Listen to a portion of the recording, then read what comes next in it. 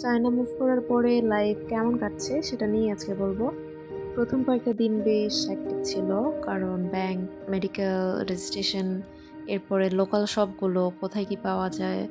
যদিও আমি প্রসেসগুলো সবগুলোই এনজয় করার ট্রাই করেছি, কারণ নতুন জায়গা, একদম নতুন এনভায়রনমেন্ট, নতুন মানুষজন, এইসব পেয়ে সুন্দর একটা জিনিস দেখেছি।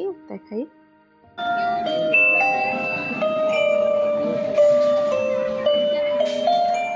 এরপরে এটা হচ্ছে আমার ডর্ম বা হোস্টেল, আর পাশে এটা হচ্ছে আমাদের স্টুডেন্ট সেন্টার। এটার নাম হচ্ছে white castle.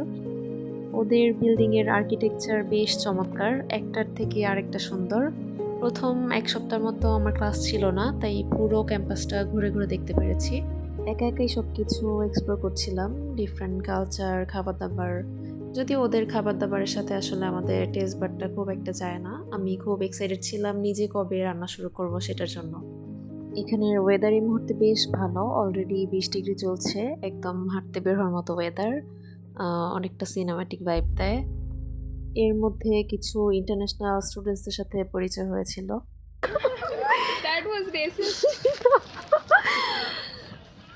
You have to be racist to mock them.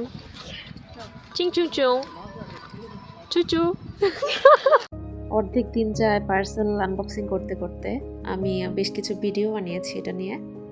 Bangladesh থেকে, ফ্যামিলি থেকে এত দূরে এসে আসলে অভ্যস্ত হতে সময়ও লাগছিল, বা এখনও লাগছে। বাট দেন এগেইন আমি আমার অ্যান্সার প্রেয়ার্সের মধ্যে আছি। আশা করছি সব কিছু খুব দ্রুত নর্মাল হয়ে যাবে। অলরেডি আমার ক্লাস শুরু হয়ে গেছে, প্রতিদিন নতুন নতুন জিনিস শিখছি, বিভিন্ন দেশের মানুষের সাথে পরিচয় হচ্ছে। আসলে এই ব্যাপারটা বেশ ইন্টারেস্টিংও।